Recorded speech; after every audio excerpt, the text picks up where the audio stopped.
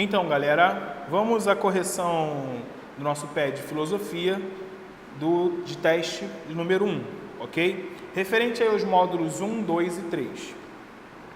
Questão número 1.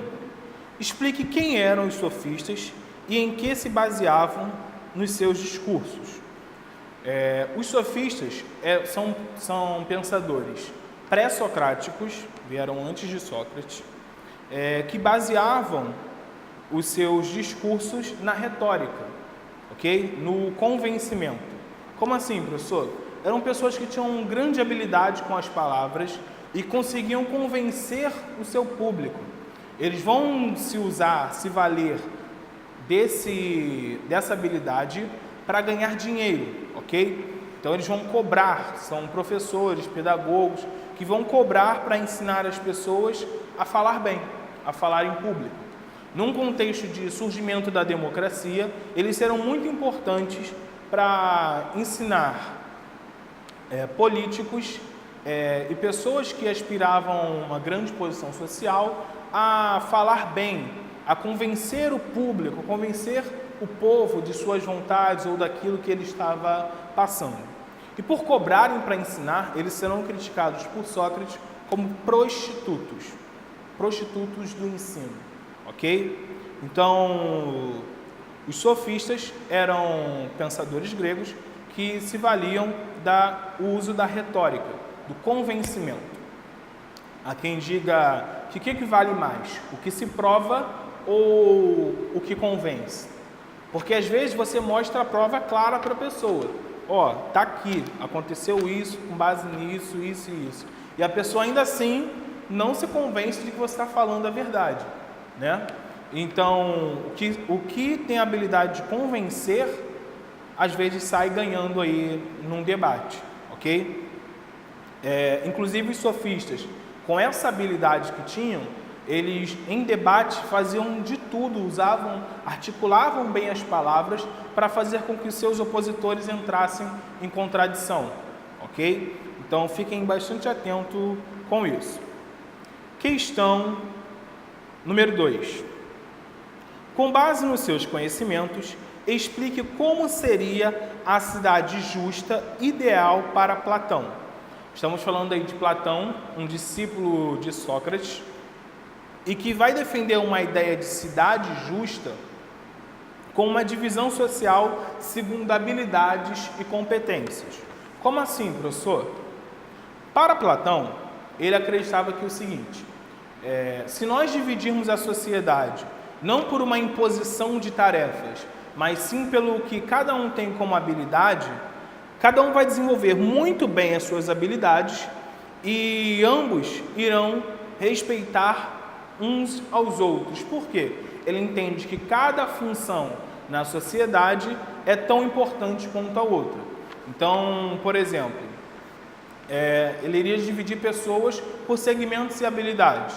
Olha, tem pessoas que têm habilidade para fazer material, bens materiais. Tem pessoas que têm habilidades para guerrear.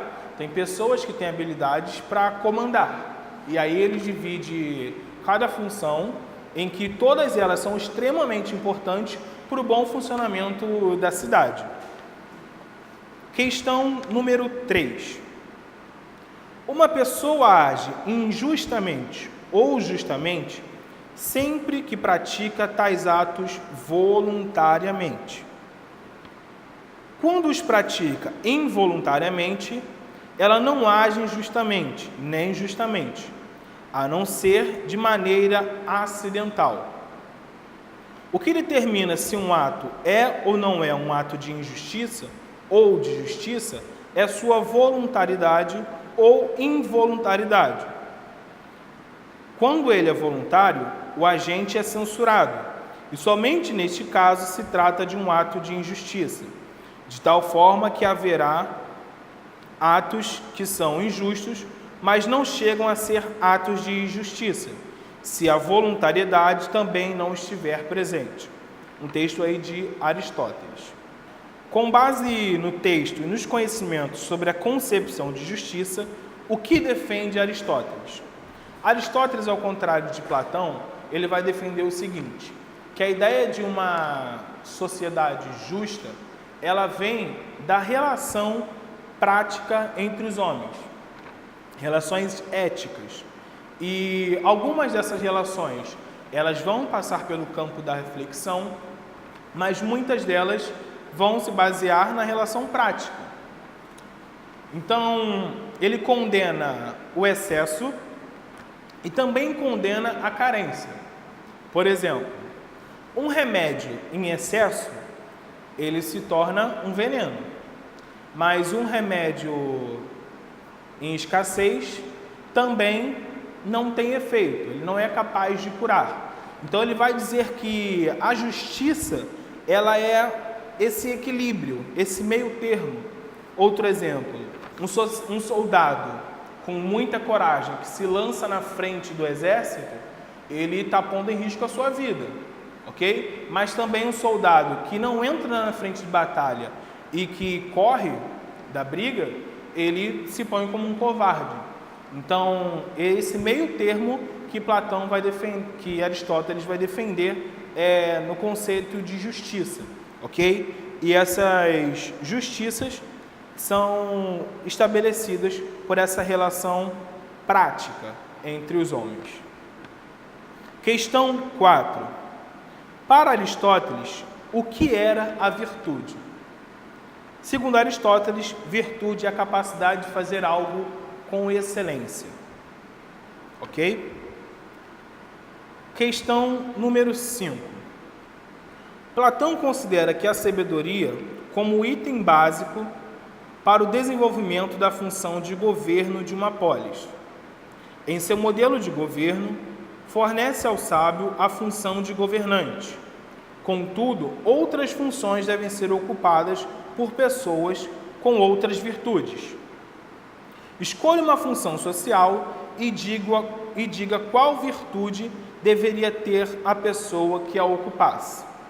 Então, como eu falei na questão número 2, ok? Platão ele vai defender a ideia de uma divisão por competências e habilidades, ok? Um exemplo que nós podemos trazer aqui é o exemplo do artesão, ok?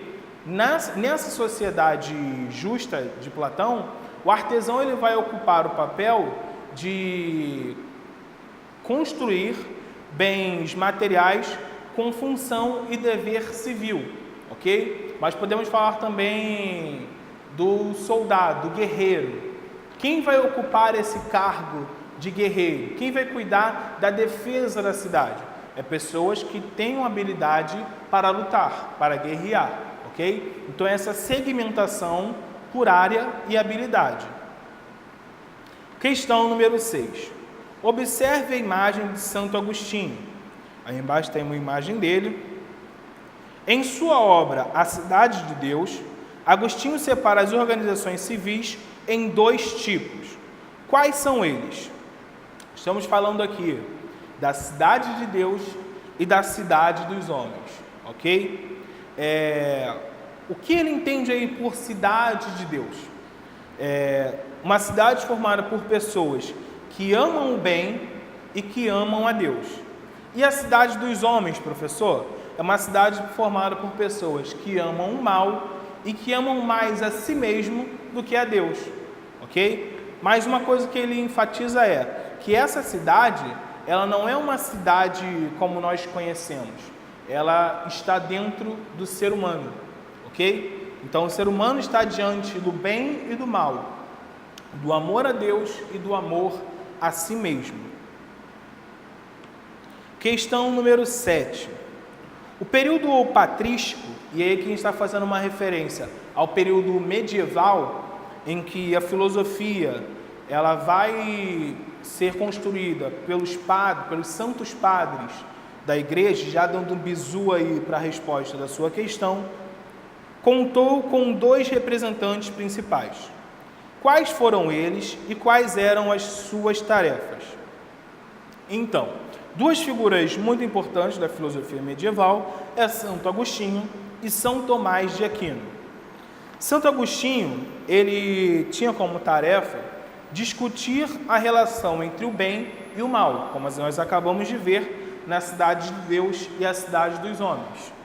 E São Tomás de Aquino tinha a função de discutir a relação entre a fé e a razão. Ok? Questão número 8. Virtude e fortuna dividem a vida humana. E cabe ao governante sábio conseguir se precaver dos riscos trazidos pela fortuna por meio da virtude. Explique, segundo Maquiavel, o que seriam fortuna e virtude. Então, pessoal, Maquiavel é escritor de uma belíssima obra chamada O Príncipe, que vai ensinar aos governantes como eles devem agir, como eles devem se portar como um soberano.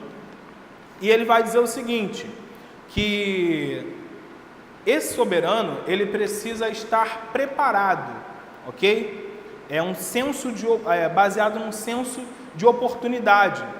É um conjunto de habilidades que não se limita à condição moral. Ou seja, habilidades desse governante de lidar com as oportunidades. O bom preparo dele diante das oportunidades, ok? E a fortuna, ela está relacionada à imprevisibilidade. Como assim, professor? É algo que nós não podemos controlar. É algo que se apresenta de maneira inesperada. E aí ele vai dizer que esse governante, ele precisa, através da virtude, estar preparado para quando essa oportunidade imprevisível chegar. E estando ele bem preparado, ele tem maiores chances de obter sucesso. Questão número 9. Por que há tanta diferença entre como se vive e como se deveria viver? Quem deixa aquele e segue o que se deveria fazer, aprende mais rapidamente a sua ruína que a sua preservação. Porque um homem que deseja ser bom em todas as situações, é inevitável que se destrua entre tantos que não são bons. Assim, é necessário a um príncipe que deseja conservar-se no poder, aprender a não ser bom e não sê-lo conforme a necessidade. Explique com suas palavras a frase acima. Um texto de Maquiavel, um trecho aí da sua clássica obra O Príncipe, que vai trabalhar justamente a questão de bondade e de como governar, de como conduzir o povo. Tem um trecho desse livro que ele fala: mais vale ser amado ou ser temido. E o governante, não podendo ser amado, tem que ser temido. Ou seja, ele fala aqui, porque um homem que deseja ser bom em todas as situações, é inevitável que se destrua entre tantos que não são bons. E aí ele tem que aprender a ser bom e a não ser quando for necessário. Então, ele tem que ter essa relação de ambiguidade com o povo, em querer ser amado, mas se fazer ser temido. Ele não pode ter medo de agir, ele não pode ter medo de desagradar, ele tem que se manter no poder, e para isso ele vai fazer o que for necessário. Questão número 10. Observe a charge. Mãe, o que é a felicidade? É algo que te faz bem, filho, disse a mãe.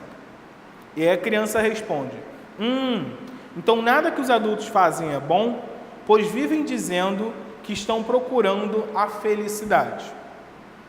A mãe do menino na charge e Aristóteles concordam sobre o conceito de felicidade? Justifique sua resposta. Essa é uma questão que talvez possa te confundir um pouco em relação ao conceito de felicidade. Mas para Aristóteles, o conceito de felicidade, ele não está ligado a uma felicidade instantânea. Por exemplo, quando você for aprovado no seu vestibular, você vai ficar muito feliz, ok? E isso é uma atitude natural. Mas a felicidade para Aristóteles, ela não é esse momento, uma coisa instantânea, e sim uma felicidade plena, uma constante sensação de realização. Uma realização profissional, uma realização consigo mesmo, com a sua vida, com a sua família, ok? E aí a mãe fala assim, ó, é algo que te faz bem, filho. Isso dá uma ideia de instantaneidade, porque dificilmente a gente consegue se sentir feliz o tempo inteiro. Por exemplo, eu amo dar aula, eu amo estar em sala de aula. E para mim é uma realização? Mas é uma realização a todo momento ou só quando eu estou em sala de aula ministrando minhas aulas? Entendem? Então é o contrário disso. Não é uma coisa instantânea, momentânea, mas uma felicidade plena, uma sensação de realização constante. Ok?